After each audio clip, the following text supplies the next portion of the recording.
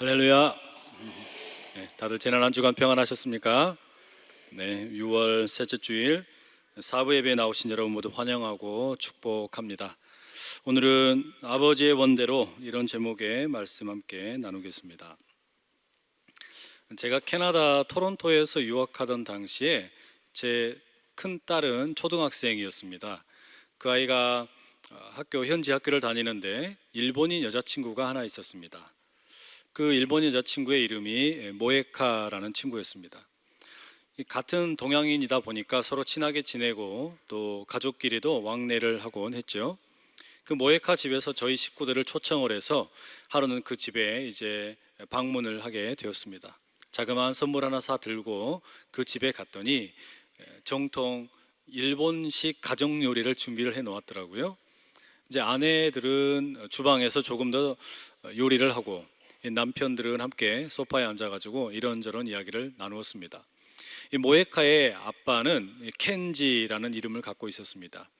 일본의 남쪽 지역에 의대를 졸업하고 병원에서 의사로 생활하던 분이었는데 그 토론토 대학의 의대에 연구차 방문을 했다고 합니다. 그러면서 저한테 묻는 겁니다. 그럼 너는 여기 뭐 하고 있냐? 라고 묻는 거죠. 저는 여기서 신학을 공부하고 있다라고 그랬더니 그 신학이라는 게 무엇인지를 모르는 겁니다. 그래서 제가 이제 물었죠. 혹시 너는 그러면 기도는 하냐? 물었더니 자기가 신은 믿지 않지만 기도를 하기는 한답니다. 그래서 제가 다시 물었습니다. 그러면 무슨 신에게 기도하냐고 물어보았더니 그냥 자기 자신에게 기도하기도 하고 때로는 이름은 모르지만 그냥 미지의 신에게 기도한다고 합니다. 그래서 제가 대답을 했죠. 네가 그렇게 누군지 모르고 기도하는 미지의 신, 그 신에 대해서 연구하는 게 신학이다. 그리고 이제 한 번 더 물었습니다. 요즘은 무슨 기도를 하냐 그랬더니 당시에 그 일본이 이 쓰나미 때문에 아주 커다란 아주 커다란 이 재앙을 만나서 힘든 시기를 보내고 있었죠. 그리고 그 후쿠시마 원전이 이렇게 파괴되는 일들이 있었던 때라서 자기 자녀들 때문에 일본을 떠나서 다른 데서 살고 싶다, 이런 기도를 하고 있다는 거예요. 여러분, 믿음이 없는 사람들도 나름의 소원을 아뢰는 이런 기도를 합니다. 그러면 예수님을 믿고 그리스도인이 된 여러분은 기도 생활을 어떻게 하고 계십니까? 어떤 기도를 하시고 또 어떻게 기도하고 계십니까? 오늘은 우리에게 참 친숙하지만 어려운 주제인 이 기도에 대해서 함께 나누어 보려고 합니다. 이 세상의 모든 종교는 다 기도의 전통이 있지요. 불교는 불교대로, 힌두교는 힌두교대로, 이슬람교는 이슬람교대로, 또 기독교는 기독교 나름의 기도에 대한 전통이 있습니다. 그러면 우리 그리스도인은 기도의 뿌리, 이 기도 전통의 뿌리를 어디에서 찾아야 되겠습니까? 당연히 예수님으로부터 찾아야 할 줄로 믿습니다. 이 교회를 다니는데 종종 기도를 불교에서 하는 것처럼 하는 분들이 계세요. 또 어떤 분들은 무속신앙인처럼 하시는 분들이 계세요. 이건 좀 곤란하지 않겠습니까? 우리의 기도가 예수님을 닮은 그런 기도 될 수 있기를 축복합니다.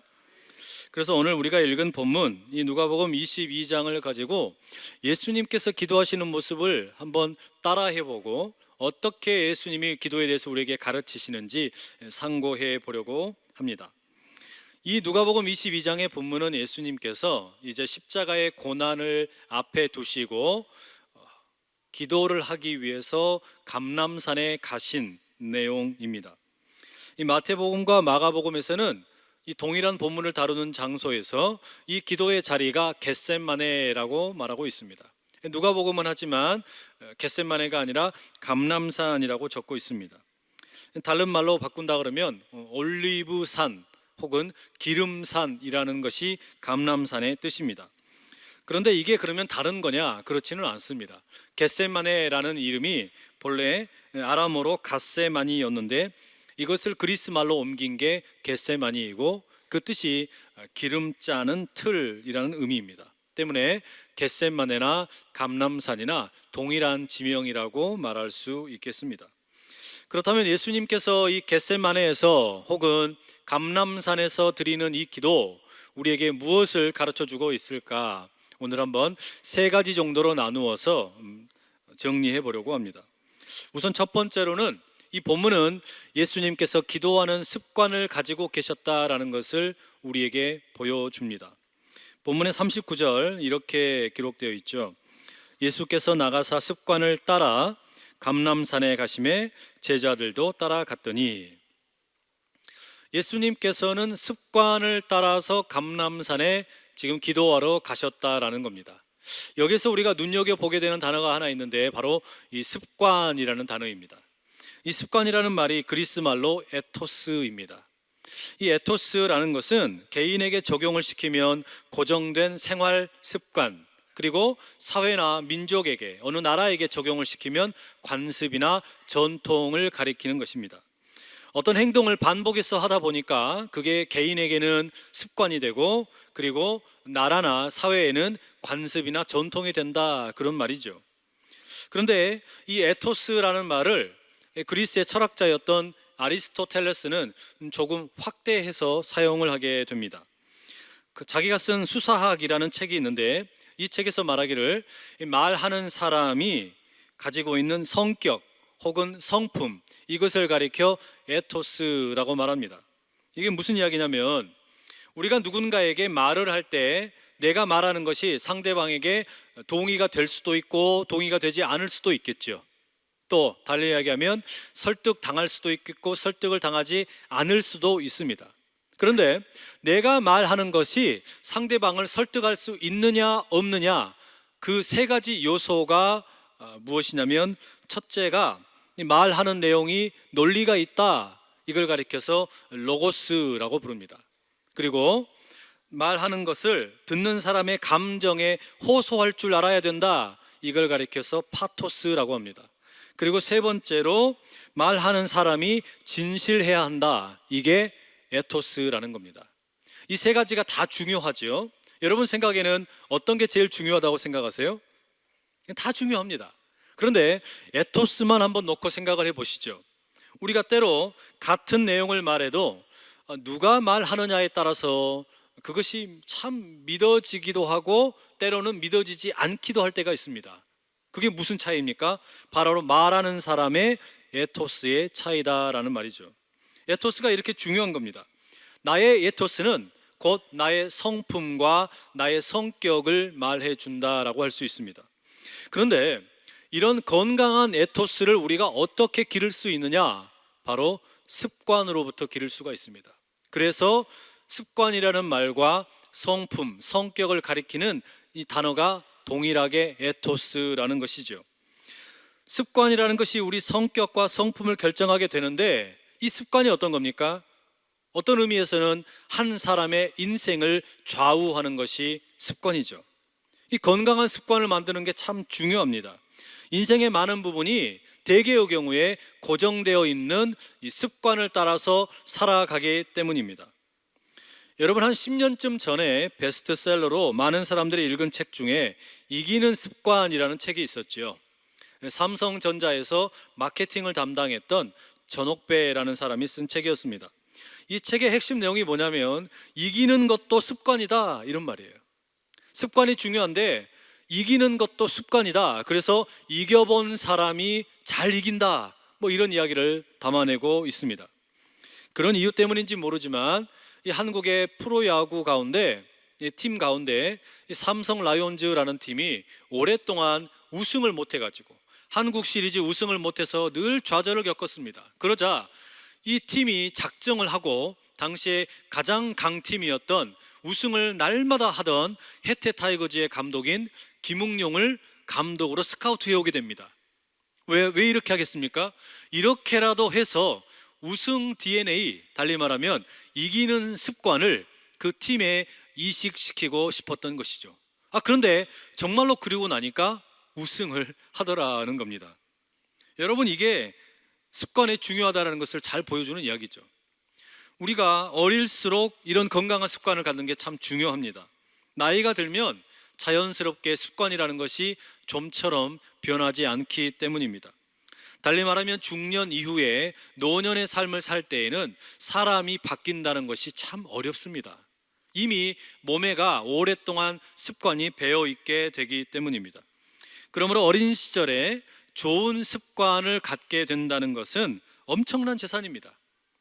먹는 것이 건강한 습관, 식습관이죠. 공부하는 것이 건강한 습관, 학습 습관, 이런 것들이 잘 자리 잡게 되면 가장 뛰어난 인생의 재산이 된다라는 말입니다. 부모가 자녀에게 물려줄 수 있는 건 많이 있겠지만 가장 좋은 습관, 바로 그 최고의 선물은 좋은 습관을 주는 것이다, 이런 말이죠. 여러분, 이게 개인에게만 해당하는 이야기가 아닙니다. 한 사회, 한 나라, 한 민족, 이 차원에서도 습관이 참 중요합니다. 사회 전반에 걸쳐 있는 습관이 바로 관습이고 전통인데, 만약에 이런 관습이 그저 맨날 놀다 또는 게으르다, 정직하지 않다, 맨날 속인다, 이런 것이 어떤 사회와 민족과 나라의 전통이며 관습이 되어버리면 그런 민족은 희망이 없겠지요. 여러분, 우리가 가져야 될 습관이 참 많이 있습니다. 건강한 식습관, 또 공부하는 습관, 이런 것들이 많이 있지만 그 중에 제일 중요한 습관이 뭘까요? 바로 우리 믿음의 습관, 특별히 기도의 습관인 줄로 믿습니다. 오늘 본문에서 예수님이 말씀하시는 습관이 바로 기도의 습관이라는 겁니다. 누가복음에 묘사된 이 예수님은 늘 기도하는 분으로 등장을 합니다. 이게 마태복음이나 마가복음과 비교해 보면 훨씬 더 잘 부각되고 있죠. 예수님께서 요단강에서 세례를 받으실 때 그 장면이 누가복음 3장 21절에 이렇게 소개되어 있습니다. 백성이 다 세례를 받을새 예수도 세례를 받으시고 기도하실 때에 하늘이 열리며. 누가복음에서는 예수님이 세례 받으실 때 기도하셨다라는 기록이 첨가되어 있습니다. 그런데 마태복음이나 마가복음에는 이런 내용이 나오지 않죠. 뿐만 아니라 누가복음에는 예수님께서 12제자를 선택하시기 전날 밤에, 또 변화산 사건에서, 또 주기도문을 가르치시기 전에 베드로가 자신을 부인할 것이라고 말씀하실 때 이런 수없이 많은 경우에 기도하셨다라는 것을 보여주고 있습니다. 이게 무슨 이야기겠습니까? 누가복음은 다른 어떤 복음서보다 분명하게 우리에게 말하는 겁니다. 예수님은 습관적으로 기도하는 분이셨다. 정말 그렇죠, 여러분. 우리 인생에 가장 필요한 습관은 이 기도하는 습관입니다. 이 기도하는 습관이 우리의 영성을 깨울 뿐만 아니라 그 습관이 우리의 에토스, 우리의 성품과 성격까지 건강하게 만들어 줄 줄로 믿습니다. 그러면 그것이 바로 나를 믿을 만한 사람, 그리고 신뢰할 만한 성품의 사람으로 이끌어 준다라는 거예요. 그렇기 때문에 우리가 예수님으로부터 이런 기도의 습관을 이식받아서 건강한 기도의 사람으로 우뚝 설 수 있기를 간절히 축복합니다. 두 번째로 우리가 생각할 것은, 오늘 이 본문에서는 예수님께서 기도에 대해서 가르치실 때 기도는 친밀함이다 라고 말씀하신다는 점입니다. 본문의 42절에서 예수님께서 기도를 시작하실 때 첫 마디가 무엇이었냐? 아버지여 라는 단어입니다. 본문에서 예수님이 하나님을 아버지라고 부르고 기도를 시작하시는 거예요. 우리에겐 너무나 익숙한 표현이지만 이건 상당히 중요한 표현입니다. 이 본문과 동일한 평행 본문인 이 마가복음에서는 아빠, 아버지라고 말하고 마태복음에서는 내 아버지라고 말합니다. 모두 다 똑같죠. 하나님을 친밀하게 아버지, 아빠 이렇게 부르면서 기도하는 겁니다. 누가복음 11장에서 예수님이 제자들에게 기도를 가르치실 때도 그 기도의 첫 번째 내용은 아버지였습니다. 11장 2절에 이렇게 기록되어 있습니다. 너희가 기도할 때 이렇게 기도하라. 아버지여, 이름이 거룩히 여김을 받으시오며 나라가 임하시오며. 이게 무슨 이야기입니까? 예수님이 기도를 가르치시는데 처음 말씀하신 게 아버지여 이렇게 말씀하셨어요. 이거는 하나님을 아버지라고 불러라 이 말입니다. 너희의 기도에 하나님을 아버지라고, 아빠라고 불러라. 이게 예수님이 가르치신 첫 번째 기도의 내용이라는 겁니다. 신약 성경의 다른 서신들, 로마서와 갈라디아서도 똑같습니다. 초대교회의 모든 기도문에는 하나님을 아빠, 아버지로 부르는 내용이 등장을 합니다. 신약 성경은 이렇게 기도에 대해서 우리에게 일관되게 가르치는 것이죠. 하나님을 아버지로 부르는 것, 그 친밀함이 바로 기도의 본질이라는 겁니다. 여러분, 기도가 뭡니까? 기도는 하나님을 아버지, 하나님을 아빠라고 부르는 친밀한 사귐입니다. 아버지이신 하나님과 자녀된 우리가 서로 간에 친밀하게 나누는 대화, 그게 기도라는 거예요. 그렇기 때문에 마가복음에서 예수님은 심지어 하나님을 아빠, 아버지라고 불렀다는 말이죠. 여러분, 예수님께서 이렇게 하나님을 아빠, 아버지 이렇게 부르면 그 당시에 사람들이 어떻게 반응했을까요? 무슨 저렇게 너무나 경솔한 기도가 있느냐, 너무 경망스럽고 경건하지 못하다, 이렇게 비난을 했을 것입니다. 하지만 여러분, 예수님 이전에 그 어떤 사람도 하나님을 아빠, 아버지라고 부른 사람이 없었습니다. 기억하십시오. 기도는 하나님을 아빠, 아버지라고 부르는 친밀한 사귐입니다. 이 세상에 수없이 많은 종교가 있지요. 그 종교들 가운데는 다 기도를 합니다. 그러나 그 모든 종교에서 자기가 섬기는 신을 향하여 아빠, 아버지 이렇게 부르는 종교는 단 하나도 없습니다. 오직 기독교만이 우리가 섬기는 신 하나님께 아버지, 아빠 이렇게 부른다는 말이에요. 이렇게 친숙하게 친밀한 관계를 맺는 것, 이게 기도라는 겁니다. 그렇게 우리가 하나님을 아빠, 아버지라고 부른다는 거, 이렇게 친밀한 관계를 맺으면서 기도한다는 것은 우리가 갖고 있는 기도에 대한 어떤 오해를 수정할 것을 요구합니다. 기도에 대해서 우리가 갖고 있는 오해가 몇 가지 있죠. 첫 번째 오해가 하나님을 아빠라고 부르면 기도가 경건하지 않고 거룩하지 않다라고 생각하는 점입니다. 그렇지 않아요. 목소리를 낮게 깔고 전능하신 아버지 하나님 이렇게 해야 기도가 거룩해지는 게 아니란 말입니다. 이렇게 목소리를 깔아야만 기도가 경건해지고 거룩해지는 게 아니에요. 그저 친근하게 아빠, 아버지, 하나님 그렇게 기도하는 것이 오히려 훨씬 더 우리에게 진정한 기도가 된다라는 말이죠. 여러분, 거룩함은 기도하는 목소리에서 나오는 것이 아니라 기도 이후의 삶에서 나오는 줄로 믿습니다. 우리가 기도에 대해서 갖고 있는 두 번째 오해는 기도하는데 뭘 그렇게 꼬치꼬치 필요한 것을 구하고 난리야, 그냥 마음이 평안하면 됐지, 이렇게 생각하는 분들이 계세요. 그래서 하나님께 구하지 않는 분들이 종종 있습니다. 그것도 옳지 않은 겁니다. 우리가 하나님을 아버지라고 부르면서 정말 친밀한 관계를 맺고 있다면 어떻습니까? 마치 우리의 자녀들이 부모님께 아빠 나 요거 사주세요, 아빠 나 요거 사주세요 이렇게 하는 것처럼 우리도 하나님께 필요한 것을 구해야 할 줄로 믿습니다.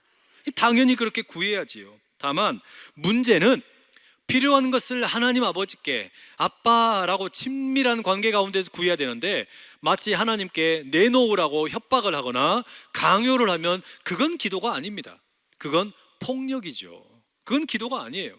하나님을 구하되, 하나님께 구하되 그 하나님과 내가 부모와 자녀의 관계인 것처럼 그 관계인 것을 가정을 하고 그렇게 믿고 기도하는 거예요. 그때 우리 주님께서 응답해 주실 줄로 믿습니다. 오늘 우리 본문의 예수님의 기도도 그런 맥락에서 이해해야 합니다. 42절에 보시면 예수님이 간절히 기도하시죠. 아버지여, 만일 아버지의 뜻이거든 이 잔을 내게서 옮기시옵소서. 이 예수님이 십자가의 고난을 눈앞에 두시고 구하시는 겁니다. 하실 수만 있다면 이 고난을 내게서 옮겨 주십시오. 피할 수 있게 해 주십시오. 그렇게 구하시는 겁니다. 얼마나 간절하게 구하십니까? 44절에 보면 땀이 땅에 떨어지는 핏방울 같았다라고 말합니다. 땀이 피로 변할 만큼 예수님께서 간절하게 지금 간구를 하고 계시는 겁니다. 심지어 예수님도 땀이 피가 될 정도로 간절하게 간구하고 계시는데 내가 필요를 구할지 모른다는 것은 교만한 것이죠. 예수님도 이렇게 간절히 구하고 계시는데 우리도 우리의 필요를 하나님께 간절하게 구하며 나아갈 수 있기를 간절히 축복합니다. 다만 무턱대고 하나님께 협박을 하거나 강요하는 것이 아니라 하나님은 나의 아버지다, 하나님은 나의 아빠 되신다라는 것을 믿고 받아들이며 친밀한 관계 가운데 그렇게 구하며 나가시는 저와 여러분 될 수 있기를 축복합니다. 마지막으로 우리가 기도에 대해서 생각할 것이 하나 더 있습니다. 우리가 앞서 기도는 습관, 그리고 기도는 친밀한 사귐이라고 말했습니다. 그런데 예수님의 겟셋만의 기도는 그것과 함께 더욱더 중요한 것을 우리에게 말해줍니다. 기도는 분별이라는 것입니다. 어쩌면 이것이 오늘 본문이 우리에게 들려주는 가장 중요한 내용이 아닌가 생각이 됩니다. 여러분, 분별한다라는 것이 무슨 뜻입니까? 영어에서는 discern이라고 말합니다. 이 의미는 무엇인가 많은 것들 가운데서 차이점을 선명하게 알아차리는 것을 말합니다. 예를 들면 양과 염소가 뒤섞여서 놀고 있는데 그들의 차이점을 분명하게 구분할 줄 아는 것, 이게 분별이라는 것입니다. 여러분, 그런데 우리가 기도가 분별이다, 기도가 분별하는 것이다, 이게 어떤 의미를 갖고 있겠습니까? 여러분, 우리가 기도하기 전에도 우리에게는 수없이 많은 인생의 길이라는 것이 존재하지요. 어떤 길을 갈까, 어떤 선택을 할까, 수없이 많은 게 놓여 있습니다. 그런데 우리가 기도함으로 인해서 무슨 일이 생기게 됩니까? 하나님의 길을 분별하게 된다라는 말입니다. 이 기도를 통해 하나님께서 기뻐하시는 것이 무엇인지, 하나님의 길이 무엇인지 그것을 찾아가는 것, 그게 기도라는 거예요. 그래서 기도는 분별이다라는 겁니다. 오늘 본문의 42절에서 예수님이 이렇게 기도하셨죠. 아버지여, 만일 아버지의 뜻이거든 이 잔을 내게서 옮겨 주십시오. 이것은 예수님의 바람입니다. 예수님의 간구입니다. 그런데 이어지는 구절에 예수님이 덧붙이는 기도가 나옵니다. 그러나 내 원대로 마시옵고 아버지의 원대로 되기를 원하나이다. 여러분, 이게 분별을 구하는 기도이죠. 내가 원하는 대로만 기도하면은 하나님의 뜻이 드러날 수가 없습니다. 내가 원하는 것만 말하면 그것은 그저 나의 희망사항만 이야기한 것이고 그냥 나의 응답을 받은 것이지만 하나님의 뜻을, 하나님의 길을 우리가 알아차릴 수가 없습니다. 때문에 예수님 기도하시는 겁니다. 자신의 필요를, 자신의 간구를 하시지만 그것과 함께 뭐라고 말씀하시는 겁니까? 아버지의 원대로 하시옵소서. 아버지의 원대로 하시옵소서. 이게 얼마나 중요한 기도입니까? 여러분, 기도는 우리 신앙인에게 있어서 영적인 성숙의 척도라고 할 수 있습니다. 어린아이가 자라가면서 그 어린아이가 사용하는 언어를 보면서 얼마나 성장했는지, 성숙했는지를 알 수 있는 것과 같습니다. 엄마의 뱃속에 있다가 태어난 아이가 태어나자마자 어머님, 아버님 안녕하십니까? 저는 방금 태어난 누구입니다. 앞으로 잘 부탁드립니다. 이렇게 말하는 아이는 아무도 없어요. 태어나면 울기 바쁘죠. 그리고 그냥 웅얼웅얼 이렇게 이야기하는 거예요. 그렇게 말하다가 그 미숙한 아이가 점점 말을 배워가면서 이제 단어를 사용할 줄 알게 되고 문장을 만들 줄 알게 되고 그것을 문법을 지킬 줄 알게 되고 이제는 다른 사람의 마음을, 감정을 움직일 수 있는 그런 말을 점점 더 배워가는 거 아닙니까? 마찬가지예요. 우리 그리스도인이 처음부터 기도가 완벽해질 수는 없어요. 처음부터 완전히 성숙해질 수는 없습니다. 그런데 그 기도의 모습을 보면 이분이 얼마나 성숙해 있는가, 그것을 알 수 있다라는 겁니다. 여러분, 처음에 우리가 예수님을 믿게 되면 예수님을 마치 협박하듯이 기도하기가 쉽습니다. 이 기도를 그저 달라고만 하기가 쉬워요. 무조건 달라고만 하는 거예요. 협박을 하고 강요를 합니다. 그런데 이런 기도를 드릴 때에는 내가 기도한 거 응답해 주지 않으면 나 언제든지 떠날 준비가 되어 있습니다, 이런 생각이 들어있는 거예요. 기도할 때가 여기밖에 없나? 하나님밖에 없나? 부처님도 있고 알라도 있고 산신령도 있고 많이 있다. 얼마든지 나는 다른 데 갈 수 있다. 이런 생각이 들어있는 기도, 가장 미숙한 기도일 수 있다는 거죠. 그리고 이제 조금 성숙해지면 선택을 도와달라고 기도를 합니다.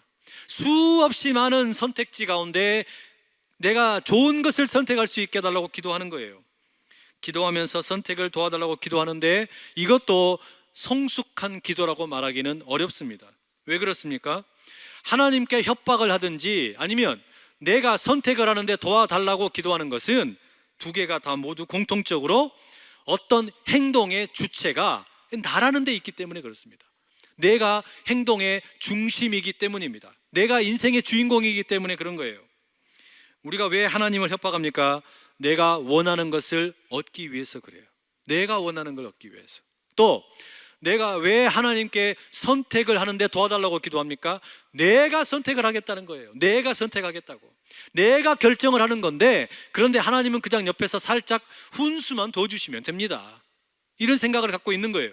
그러면 이것도 여전히 그 기도하는 사람의 마음의 중심에는 내가 있다라는 겁니다. 이 두 가지 경우의 기도의 중심에는 내가 자리 잡고 있기 때문에 아직 성숙한 기도라고 말할 수가 없죠. 그런데 예수님의 기도를 보십시오. 이 분별하는 기도, 겟세마네에서 들으신 이 기도는 다르지요. 아버지, 나의 원대로 마시옵고 아버지의 원대로 하옵소서. 이거는 뭡니까? 내 뜻대로 하지 말고 하나님의 뜻대로 해 주십시오. 하나님의 주권을 인정하는 기도라는 말이에요. 하나님께서 내 인생을 이끌어가고 계시는 것을 믿고 선포하는 기도이기 때문에 이게 가장 성숙한 기도인 줄로 믿습니다. 여러분, 저는 그런데 이 겟세마네 기도에 내 뜻대로 마시고 아버지의 원대로 하옵소서, 이 기도를 읽으면 참 마음이 찔립니다. 왜냐하면 이 기도의 내용을, 글씨를 읽지 못해서가 아니라 이것을 내가 정말로 이렇게 하고 있나라는 생각 때문에 그래요. 내가 정말로 기도할 때 이렇게 기도하고 있나? 나는 정말로 내 뜻대로가 아니라 하나님의 뜻대로 해 주십시오라고 기도하나? 이 마음에 찔림이 있는 거란 말이죠.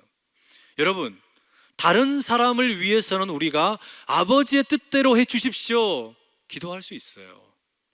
나라나 민족을 위해서 혹은 교회를 위해서 기도할 때는 아버지의 뜻대로 해 주십시오, 우리 기도할 수 있습니다. 그런데 여러분, 정작 진짜 나에게 중요하다고 생각되는 문제, 그 문제를 놓고 기도한다. 아버지의 뜻대로 해 주십시오라고 기도하실 수 있겠냐 이 말이에요. 정말로 아버지의 뜻대로 해 주십시오, 내 뜻대로 말고, 내가 바라는 대로 말고 아버지의 뜻대로 해 주십시오. 그 아버지의 뜻은 내 바람과 다를 수도 있는 거 아닙니까? 정말로 그렇게 기도하실 수 있겠냐 이 말입니다. 오늘 우리가 항존직 선거를 앞두고 있습니다. 장로가 되고 싶고 권사가 되고 싶고 안수집사가 되고 싶다고 우리 구해야죠. 당연히 열심히 기도해야 됩니다. 간절히 구해야 됩니다. 그게 내 뜻입니다. 그런데 그 기도의 마지막에다가 내 뜻대로 마시고 아버지의 원대로 하옵소서, 이렇게 기도하실 수 있겠냐 이 말이죠. 여러분, 사랑하는 가족이 암으로 인해서 고생을 하고 있습니다. 그럼 어떻게 해야 됩니까? 당연히 고쳐달라고 기도해야죠. 주님 고쳐주십시오. 사랑하는 가족을 고쳐주세요. 하나님 고쳐주세요. 아빠, 아버지 고쳐주세요. 간절히 기도해야죠. 그런데 그 기도의 마지막에다가 아버지의 원대로 해주십시오, 그렇게 기도하실 수 있겠냐는 말이에요. 내가 경영하는 사업이 위태롭습니다. 도와달라고 기도해야지요. 하나님 도와주십시오, 아버지 도와주십시오, 간절히 기도해야 되는데 그 기도의 마지막에 아버지의 원대로 해 주십시오, 그 기도하시기 쉽겠냐는 말입니다. 승진을 앞두고 있어요. 승진 심사가 곧 있습니다. 대학 입시의 발표가 기다리고 있습니다. 어디에 합격할지 모르는 상태입니다. 그런 상황에서 합격하게 해주세요, 승진하게 해주세요, 간절하게 기도해야 되는데 그 기도의 마지막에 그러나 나의 뜻대로 마시고 아버지의 원대로 해주십시오, 이 기도 쉽게 하실 수 있겠냐 이 말입니다. 그러나 여러분, 어렵지만 이 기도를 우리가 드려야 할 줄로 믿습니다. 왜냐하면 내가 아버지의 원대로 해주십시오라고 기도하게 될 때 그저 내 욕망만, 내 뜻만 드러나는 것이 아니라 진정 내 인생은 하나님의 손에 달려있구나 고백할 수 있게 되기 때문인 줄로 믿습니다. 하나님께서 내 인생을 이끌어 주신다는 것을 비로소 그때 우리가 고백하고 있기 때문에 그렇습니다. 말로만 말하는 것이 아니라 나의 기도의 언어 속에 정말로 그렇게 담아내는 거예요. 내 인생 아버지 손에 달려 있으니 주여 아버지의 원대로 나의 인생을 이끌어 주시옵소서.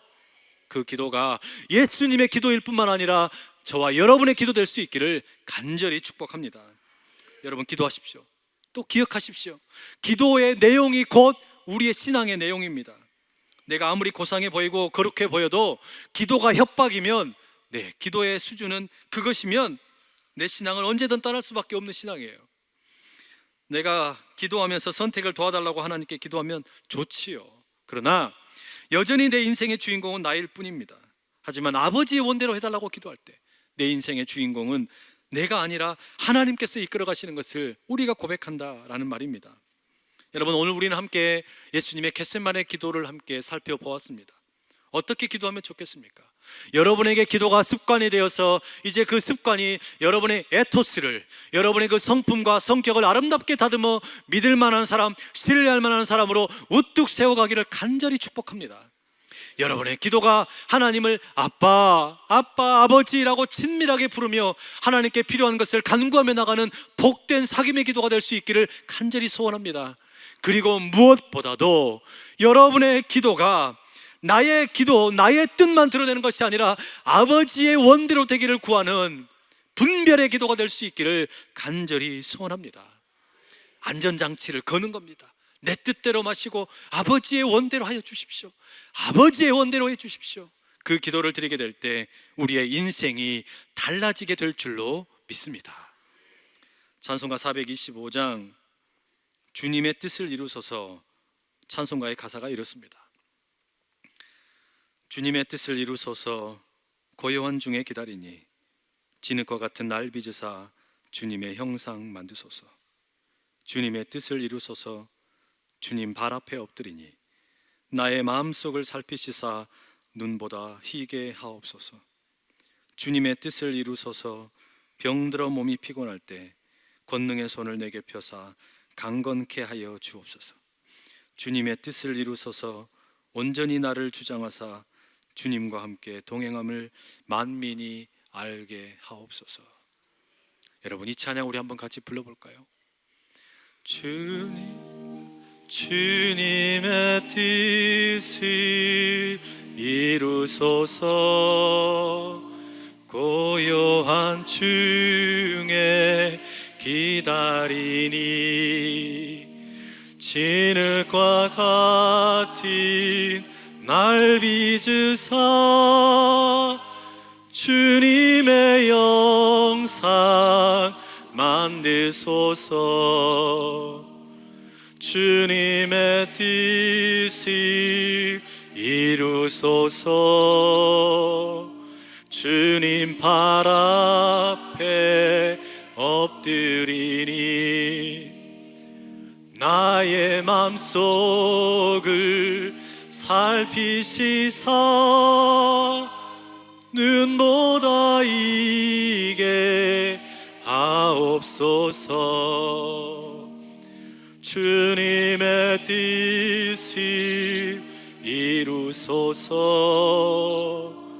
병들어 몸이 피곤할 때 권능의 손을 내게 펴사 강건케 하여 주옵소서. 주님의 뜻을 이루소서, 온전히 나를 주장하사 주님과 함께 동행함을 만민이 알게 하옵소서.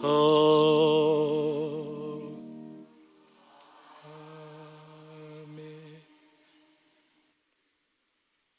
아빠, 아버지, 하나님 아버지, 우리의 기도가 습관이 되고 그 습관이 우리의 성품과 성격을 아름답게 만들어 믿을 만한 사람, 신실한 사람으로 변화시켜 주시옵소서. 아버지, 아빠, 아버지라고 부르며 나누는 그 친밀한 대화 속에 나의 필요를 구하게 하여 주시고, 그 필요를 구하는 가운데 그저 나의 욕망만 드러내고 나의 협박과 강요가 아니라 내 뜻이 아닌 아버지의 원대로 되기를 원하는 분별의 기도로 우리를 이끌어 주시옵소서.